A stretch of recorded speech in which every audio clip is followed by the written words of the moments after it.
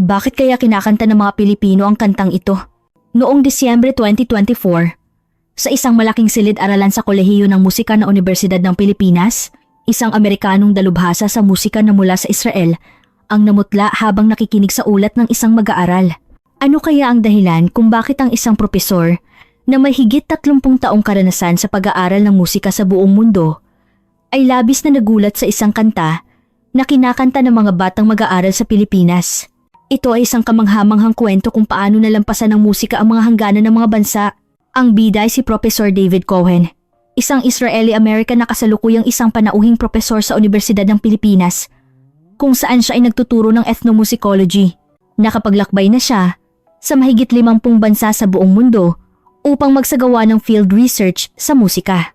Siya ay isang kinikilalang eksperto sa larangan ng pag-aaral kung paano kumakalat at nagbabago ang musika sa pagtawid nito sa iba't ibang kultura. Google ko ang 30 taon sa pag-aaral kung paano kumakalat ang musika sa iba't ibang kultura. Ngunit ang nangyari noong araw na iyon ay tuluyang bumagos sa aking pananaw paggunita niya. Noong Disyembre 15, 2024, araw ng pagtatanghal ng mga resulta ng pananaliksik para sa mga magtatapos, isa-isang umakyat sa entablado ang mga mag-aaral upang iulat ang kanilang pinag-aralan sa loob ng isang taon. Isang mag-aaral na nagngangalang Lina Reyes ang nagsabi, ang paksa ng aking pananaliksik ay ang ebolusyon ng mga dayuhang kanta na ipinakilala sa mga paaralang elementarya sa Pilipinas pagkatapos ng ikalawang digmaang pandaigdig. Ang partikular na interesante ay may 2 kanta na nananatiling sikat hanggang ngayon. Sa totoo lang, noong una ay hindi ko ito pinansin pag-alala ni Professor Cohen dahil sa aking palagay, lubos kong nauunawaan ang edukasyong musikal sa Pilipinas. Ang unang kanta ay madalas marinig sa mga campfire o Boy Scout at Girl Scout camping, isang pamilyar na awitin na tinatawag na Mayim Mayim. Nagpatugtog si Lina ng isang aktwal na video mula sa isang elementarya. Sa mismong sandaling iyon, nagbago ang ekspresyon ng propesor. Ako'y natigilan. Ang melodiya at mga hakbang ng sayaw na ginagawa ng mga bata ay eksaktong katulad ng sagradong awit na naririnig ko sa aking bayan noong ako'y bata pa. Sigurado ako, ngunit hindi pa doon natatapos ang sorpresa. Ang pangalawang kanta ay Donna, Donna. Ang kantang ito ay isinama pa sa mga aklat pampaaralan sa musika at sikat na sikat din sa mga eskwelahan. Naramdaman ni Professor Cohen ang isang kaba sa kanyang dibdib. Pati Donna. Donna? Hindi ito maaaring maging isang pagkakataon lamang. Bakit ganito kadali para sa mga batang Pilipino na awitin ang mga kanta ng mga Hudyo? Nagpatuloy si Lina sa kanyang ulat. Ang interesante ay ang 2 kantang ito ay ipinakilala sa mga paaralan sa Pilipinas sa halos parehong panahon at kinakanta na sa loob ng mahigit 70 taon. Ngunit kung bakit napili ang 2 kantang ito at kung bakit sila naging napaka-popular ay hindi pa lubusang napag-aralan hanggang ngayon. Hindi na napigilan ng propesor ang kanyang sarili. Tumayo siya. Binibining Reyes, hanggang saan ang iyong natuklasan tungkol sa mga orihinal na bersyon ng 2 kantang ito? Nagtataka ang mukha ng mag-aaral. Ayon sa mga datos, ang Mayim Mayim ay isang tradisyonal na sayaw mula sa Israel, habang ang Donna ay isang katutubong awit ng mga Hudyo. Binibining Reyes, hindi mo sinasadyang nakatuklas ka ng isang kayamanan, sabi ng propesor na may kasamang pananabik. Ang 2 kantang ito ay hindi lamang ordinaryong mga dayuhang katutubong awit. Para sa aming mga Hudyo, mayroon itong napakalalim na kahulugan. Nagsimulang magbulungan ng buong silid-aralan. Seryoso ang mukha ng propesor habang nagpapatuloy. Mula ngayon, lulutasin ko ang misteryong ito. Bakit ang mga kantang ito ay naglakbay sa karagatan patungo sa Pilipinas? At bakit minahal ito ng mga batang Pilipino sa loob ng mahigit 10 taon? Kailangan kong malaman ang katotohanan. Kinabukasan, sa kanyang opisina, napapaligiran si Professor Cohen ng mga dokumento. Puno ang kanyang pader ng mga mapa ng iba't ibang lugar, mga music score at mga litrato. Nag-iisa siyang nag-iisip. Nag-aral ako nito sa loob ng 30 taon. Paano hindi ko ito napansin noon? Sinimulan niya ang kanyang pagsisiyasat mula sa pangunahing kasaysayan, habang nakatitig sa 2 music score. Isa para sa Mayim Mayim at isa para sa Donna. Ang kompositor ng Mayim Mayim ay si Emmanuel Amiran, na isinulat noong 1942. Binuksan ng propesor ang kanyang computer at nagsimulang magsaliksik ng masinsinan. Napaka-interesante. Ang kantang ito ay nilikha 6 na taon bago pa man itatag ang estado ng Israel. Ito ay nagpapahayag ng kagalakan ng mga Hudyo sa buong mundo sa kanilang kilusang pagbabalik-bayan nang makatuklas sila ng isang bukal ng tubig. Puno ng pagkamangha ang mukha ng propesor. Ang mayim sa wikang Hebreo ay nangangahulugang tubig. Ang mga liriko nito ay direktang hango sa lumang tipan ng Biblia. Sa aklat ni Isaias, kayo'y sasalok ng tubig na may kagalakan sa mga bukal ng kaligtasan. Ito ay hindi lamang isang katutubong awit, kundi isang sagradong himno na may kahulugang panrelihiyon. Nakatuklas siya ng mas marami pang pahiwatig.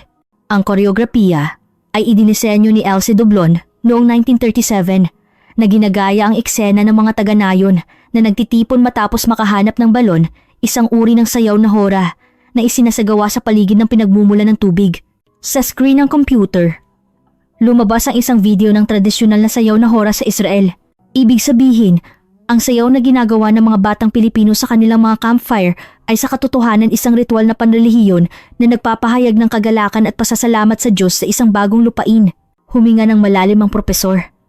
Sa Pilipinas, bagamat kinakanta ito sa wikang Hebreo, iilan lamang ang nakakaalam ng kahulugan nitong panrelihiyon. Ito ay itinuring bilang isang masayang aktibidad para sa pagkakaisa ng grupo. Sunod niyang sinuri ang Dona.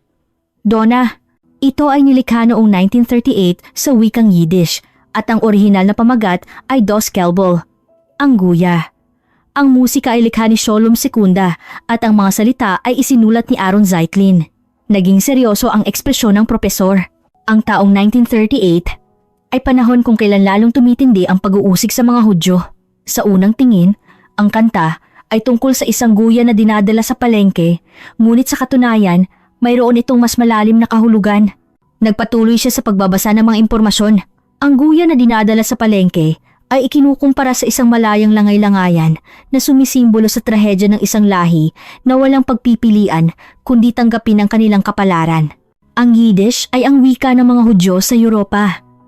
Sa screen, lumitaw ang mga larawan ng Europa noong dekada 1930. Ito ay isang awit na puno ng kalungkutan, na tila isang hula sa Holocaust na magaganap. Nagsimulang pag-isipan ng propesor ang paraan kung paano tinanggap ang dalawang kantang ito sa Pilipinas na lubos na magkaiba. Mula sa isang palabas sa telebisyon para sa edukasyon noong 1965, natuklasan ng propesor na ang Dona. Dona ay ipinakilala sa Pilipinas bilang kwento ng isang kaawa-awang guya na madalas gamitin sa pagtuturo tungkol sa pagpapahalaga sa buhay, nang hindi man lang binabanggit ang konteksto ng trahedya ng isang lahi.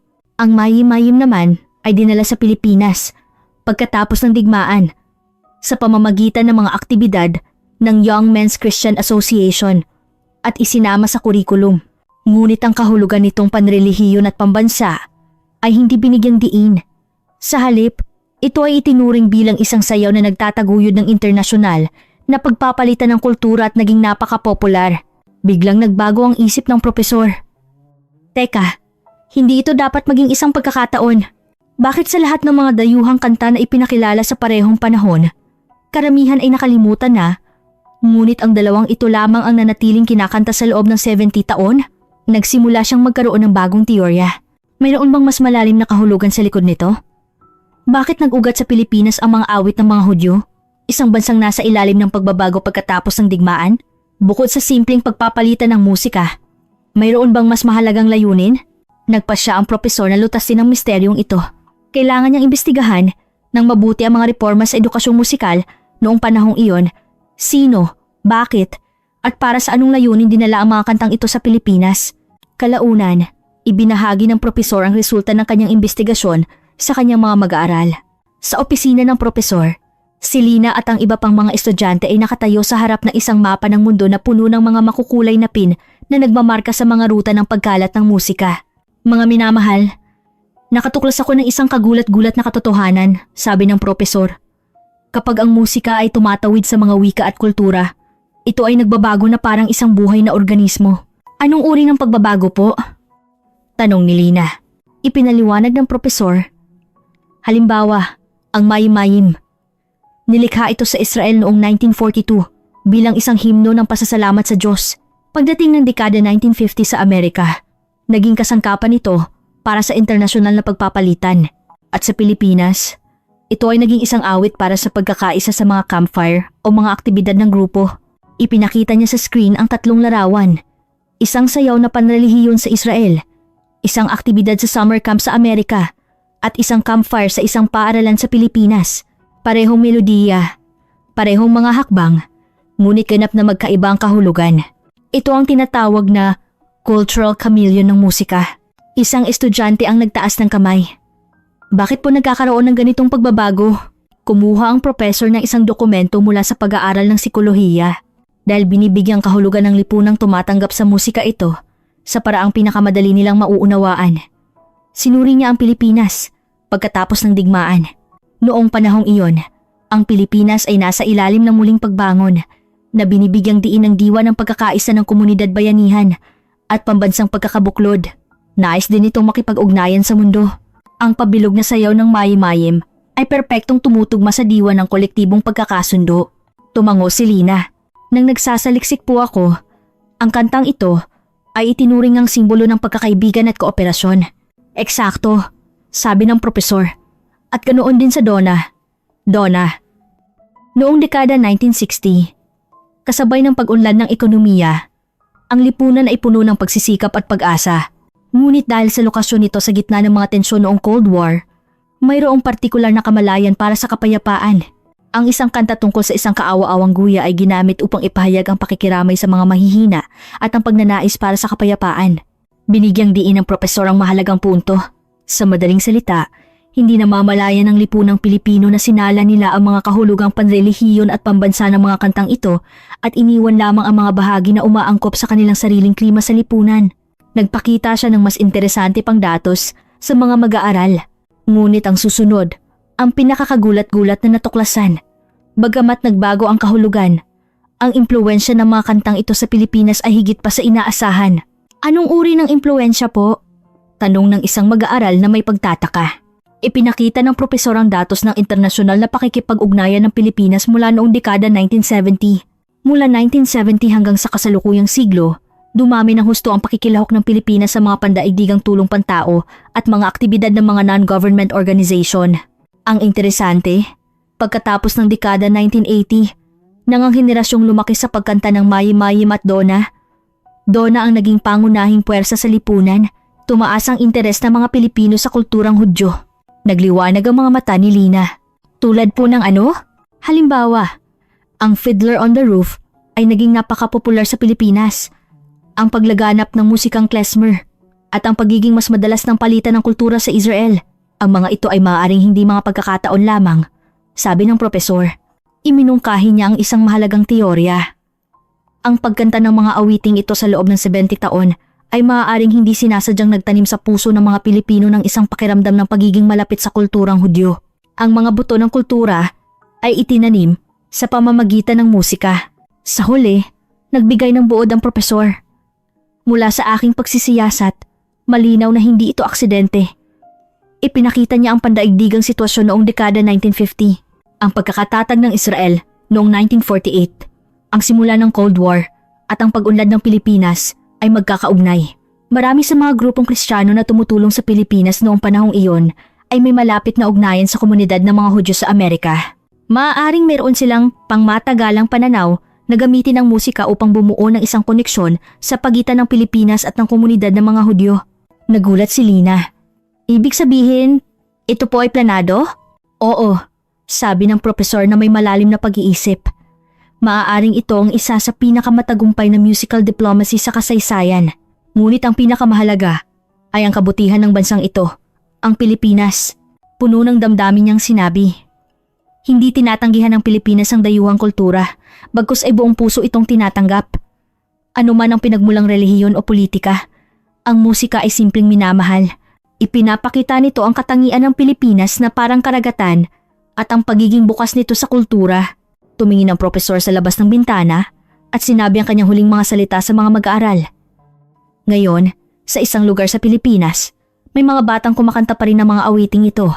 Hindi nila namamalayan na ipinagpapatuloy nila ang isang pangkalahatang pagnanais ng sangkatauhan ng kapayapaan at pagkakaisa. Ang kapangyarihan ng musika ay tunay na kahanga-hanga, sabi ni Lina na may paghanga. Sa aking 30 taong pag-aaral sa buong mundo, isang bagay ang natutunan ko, sabi ng propesor na may buong pananalig. Walang lugar na tulad ng Pilipinas na ganito kalikas at katapat sa pagtanggap ng dayuhang kultura. Bilang mga Pilipino, dapat ninyo itong ipagmalaki. Totoo po yan, sabi ni Lina. Mayroong isang lakas ng Pilipinas na kayang lampasan ang wika at katwiran, na tahimik na yumayakap sa mga damdamin at pangarap ng iba. Ang katotohanang minahalang mayim-mayim at Donna sa loob ng 70 taon, ay patunay ng kabutihan ng puso at katatagan ng kultura ng mga Pilipino. Humarap siya sa lahat. Kayo? Noong bata pa kayo, kinanta niyo rin ba ang mayim-mayim mo, Donna? Marahil, noong panahong iyon, isang pinto patungo sa mundo ang nabuksan na sa inyong mga puso. Kung ang kuwentong ito ay nagbigay sa iyo ng bagong pananaw o sorpresa sa mga lumang bagay, taos-puso ka naming inaanyayahan na ibahagi ang iyong mga alaala at damdamin. Maging ito man ay kinanta ko rin yan o nagtataka rin ako sa isang kanta. Bawat komento ninyo ay napakahalaga sa amin hanggang sa susunod na kwento.